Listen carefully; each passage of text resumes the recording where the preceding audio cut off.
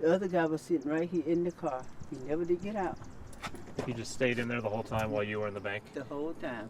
Retelling the story for Mary Brown isn't easy, but for her, it's important. I want everybody to know that these people is out there and they're taking advantage of it.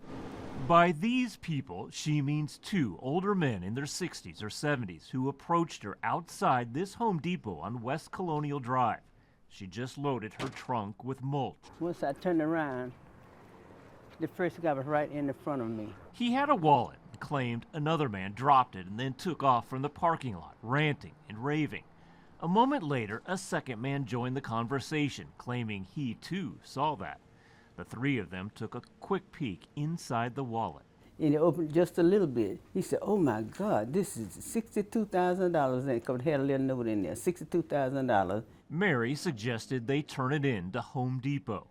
But the men convinced her all three of them should divvy up the money. They said the sheriff's office would hold on to it for 90 days, then they would never see it again. That's when they got in my car.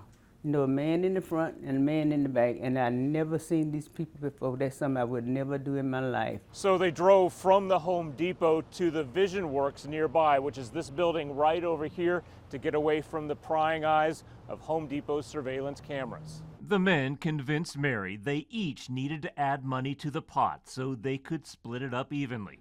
Mary's bank was just up the road. So this man sitting in my car with me, he said, "How much money you got?" It didn't take long before Mary was in and out of the Truist Bank with $11,000 in cash.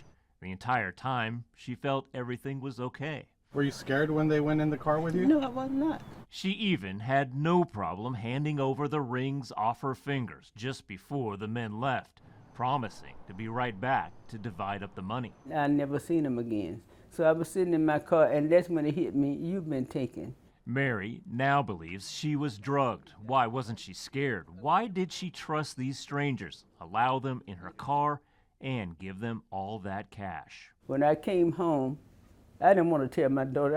I felt so stupid. I'm sorry. I felt so bad.